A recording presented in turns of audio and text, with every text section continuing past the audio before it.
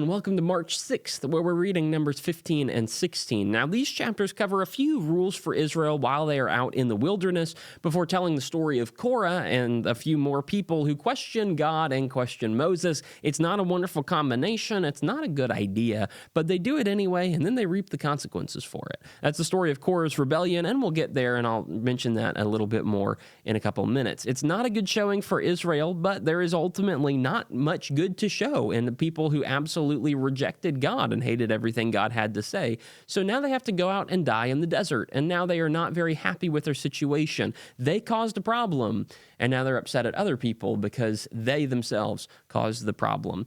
What else can you really do with a people like this? I don't know.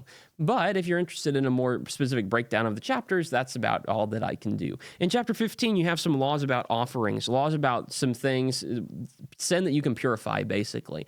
And the idea is that if a person sins unintentionally, if it's accidental, you can make a sacrifice and be forgiven of that sin. But if a person sins intentionally, if they mean to do it, if it's very willful, then there's no sacrifice for that. Nobody can be forgiven of that because they directly just obstinately went against God. The people in chapters 13 and 14 obstinately went against God. They were warned not to. They were warned to listen to him, but instead they intentionally set out to irritate God. And so God's irritated. And so God lets them die in the wilderness. There is no sacrifice in the Old Testament for intentional sin. Of course, Israel doesn't like that very much. And so in chapter 16, there's this complaint that arises. Korah, Dathan, Abiram, and On are the four guys who kind of ringlead this whole thing. Korah, Dathan, and Abiram mainly, or we just call it Korah's rebellion because he seems to have been the ringleader. He goes up to Aaron. They are some of the Levites, or Korah is one of the Levites. I think Dathan and Abiram are Reubenites, actually, and On is as well.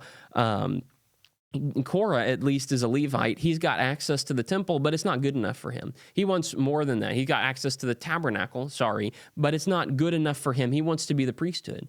And so he tries to challenge Aaron and take over. Ultimately, God proves that Aaron is the one he picked because Aaron is the one he picked. And Korah, Dathan, Abiram, On, and all of their constituents who tried to support their usurping of God's authority, they get devoured by the ground and they're totally gone. That's Korah's rebellion in a nutshell. It's an exciting story, very interesting to think about, but God removes evil and establishes his own authority. We'll see that in the next chapter as well. If you're interested in more details, there's always the written page. You can go over there and check that out. And if not, I'll see you tomorrow, March 7th, where we're reading Numbers 17 through 19.